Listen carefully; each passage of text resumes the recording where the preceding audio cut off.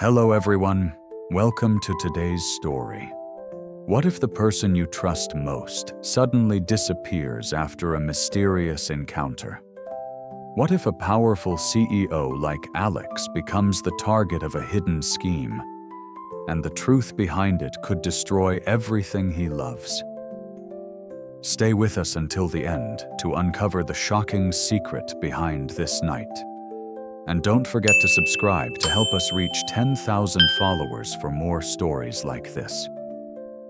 That night, the rain fell endlessly on the empty streets.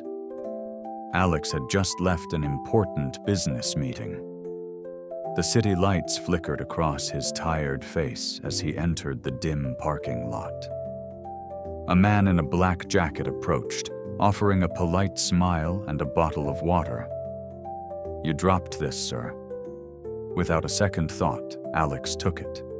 But only minutes later, his vision blurred, his hands trembled, and everything around him faded to black.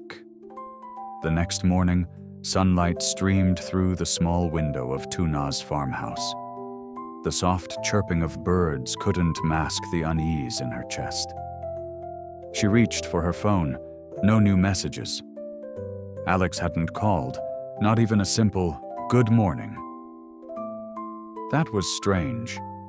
He never missed a morning text. Her heart skipped a beat as she dialed his number again. The familiar tone echoed in her ear, but there was no answer. On the third try, the line disconnected entirely. A wave of cold fear rushed through her. Something was wrong. Meanwhile, at the city hospital, a nurse quietly handed a clipboard to a woman in dark sunglasses. The woman's tone was cold and controlled. "Make sure no one knows he's here. He must not wake up until I say so." The nurse hesitated, recognizing the power in that voice. Mrs. Min, Alex's mother. Back at the farmhouse, Tuna was pacing, clutching her phone. "Alex, where are you?" Little Henry tugged at her sleeve, sensing her anxiety. Tuna forced a smile and whispered, "It's okay, sweetheart. Daddy's just busy." But deep down, she knew this wasn't about work.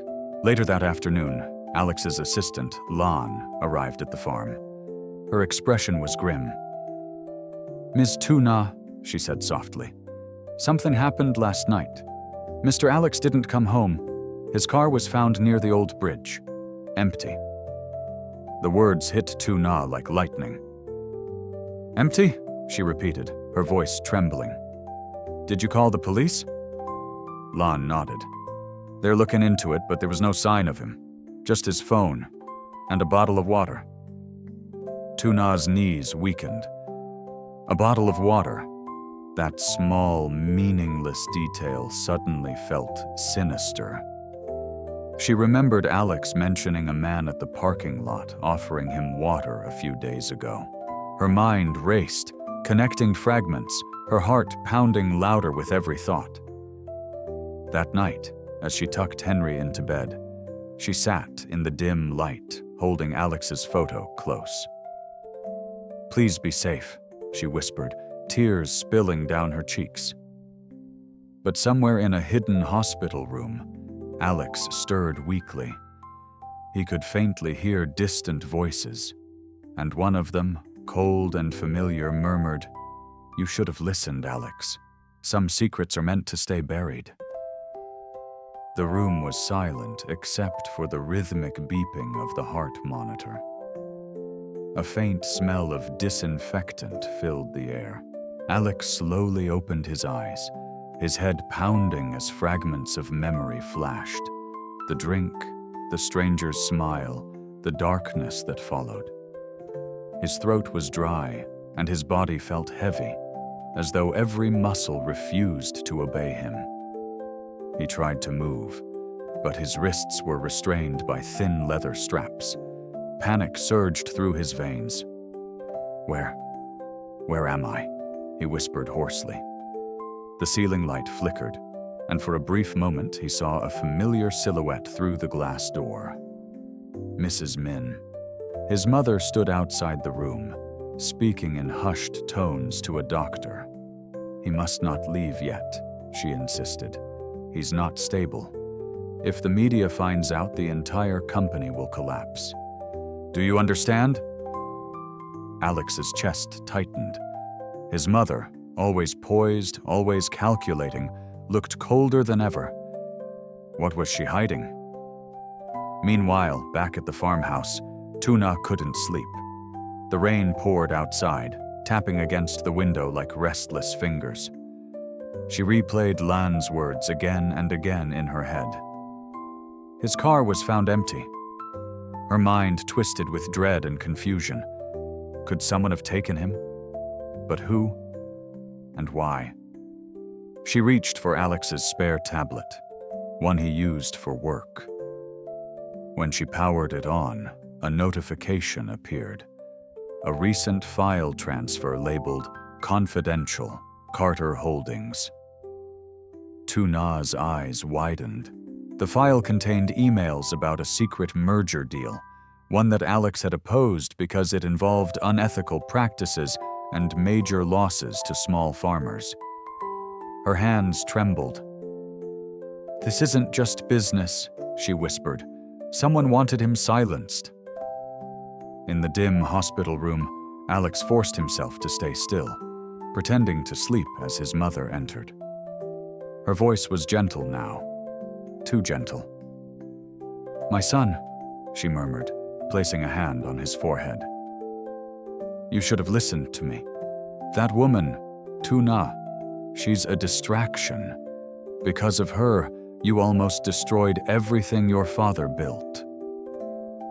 Alex clenched his jaw. He wanted to shout, to demand answers, but his body was too weak. His mother's next words chilled him. "The sedative will wear off by morning. When you wake up, I'll make sure Tuna is gone from your life, forever." Tears burned in Alex's eyes as he realized the truth. The person who had betrayed him wasn't a rival or an enemy. It was his own mother. Hours later, when the night fell silent again, a soft knock echoed at the door. A nurse, not the one from before, slipped inside, whispering urgently, "Mr. Alex, stay quiet. I know what's happening. You've been drugged. They want to keep you here. I'll help you get out. But you must trust me." His pulse quickened. Escape? It sounded impossible, but one look at the nurse's trembling hands and desperate eyes told him she was risking everything. "I'll help you reach her," the nurse whispered. "Tuna is looking for you." The hospital corridor was cloaked in half-light. The clock on the wall ticked past 3 a.m., the hour when everything feels suspended between dreams and danger. Alex's heartbeat quickened as the nurse loosened the straps on his wrists. His head still throbbed from the drugs, but his mind was clear enough now to understand. If he didn't leave, he might never wake up again. "Careful," the nurse whispered, glancing toward the security camera. "I turned off the feed for 5 minutes. That's all we have." Alex nodded weakly. "Why are you helping me?" Her lips trembled. "Because I know what they did to your father before he died." The words hit him like lightning. His father's mysterious stroke, his mother's insistence on cremating the body immediately. It all began to make a terrible kind of sense. But there was no time to ask more. They slipped out into the hallway, the nurse pushing an empty stretcher in front of him to block view from any passing staff. Down the hall, a door marked "Emergency Exit" glowed faintly red. Each step felt like a battle. Suddenly, a voice echoed behind them, sharp, commanding. "Stop right there!" Mrs. Min stood at the far end of the corridor, her silk shawl draped elegantly, her eyes glinting like steel under the dim light. Behind her, 2 security guards approached fast. "Mother, please," Alex rasped. "What are you doing?" "What I should have done long ago," she said coldly. "You're not leaving this place until you forget that woman. She's destroying you, Alex, and I won't let her take everything your father built." "Everything you built on lies and control," he shot back. His voice was weak but defiant. "You can't lock me away like one of your business secrets." The nurse grabbed his arm. "We need to go." Mrs. Min's tone hardened. "If you step out that door, Alex, you're no longer my son." For a brief moment, his world froze. Memories flashed, her hand guiding him as a child, her voice teaching him strength. The family dinners full of laughter before everything turned to strategy and money. Then he looked at her and said quietly, "Then I'd rather be free." The nurse yanked the door open, and the cold night air rushed in. Alarms blared. They ran down the stairs, Alex stumbling but refusing to stop. When they burst into the street, the city lights shimmered like distant stars, freedom, fragile and terrifying. Meanwhile, miles away, Tuna stood outside the farmhouse, drenched in rain. The wind howled, bending the old trees as she tried to call Alex again. No answer. Her chest ached with dread. A car pulled up suddenly. The headlights cut through the storm. When the door opened, Mrs. Min stepped out, elegant, untouched by the chaos around her. "Mrs. Min?" Tuna stammered. "Where is Alex? What have you done?" Mrs. Min's red lips curled into a cold smile. "You really think you belong in his world? Look around you. This mud, this broken house, this little fantasy of love. My son doesn't need pity. He needs power." Tuna clenched her fists. "Power means nothing if you destroy his heart." Mrs. Min stepped closer, her perfume mixing with the scent of rain. "You think love feeds a family, builds an empire? You're naive, girl. When your kind disappears, Alex will finally wake up." But before Tuna could respond, headlights appeared again from the darkness. A black car screeched to a halt beside them. The nurse jumped out, soaked and breathless, and then Alex stepped out behind her, pale but alive. "Mother," he said, his voice low but steady. "You were wrong." Mrs. Min froze. For the first time, she looked truly shaken. "Alex, how did you—" "You lied to me. About my father. About Tuna. About everything." He took Tuna's hand, his eyes never leaving his mother's. "You can take the company. You can take the money. But you will never take the woman I love." For a long moment, the rain fell between them like a curtain. Then Mrs. Min's expression cracked, not with anger, but exhaustion. Her voice trembled. "You'll regret this." "Maybe," Alex whispered, "but it'll be my choice this time." He turned, guiding Tuna back into the car. As they drove away, the city lights flickered in the distance, and for the first time in a long time, Alex felt the weight lift from his chest. The nurse looked at him through the mirror and smiled faintly. "You did the right thing, mister." "Alex?" Alex squeezed Tuna's hand and whispered, "Now, we start again." The morning sun filtered softly through the curtains of the small countryside house. For the first time in months, Alex woke to the sound of laughter. Tuna humming in the kitchen, little Henry babbling nearby. The scent of warm bread and tea filled the air.